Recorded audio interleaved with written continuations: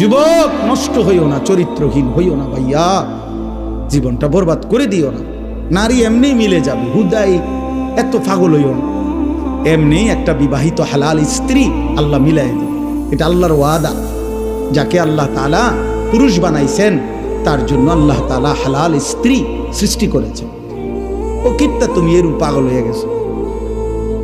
পৃথিবীতে নারী পুরুষের, স্বামী স্ত্রীর এই পবিত্র সম্পর্ক প্রথম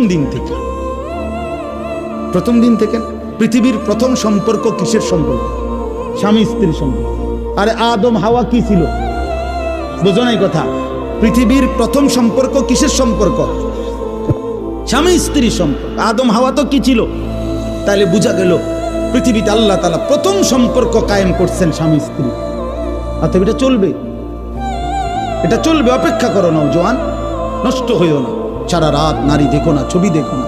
আমি অনুরোধ করলাম, আমি যদি পারতাম তোমার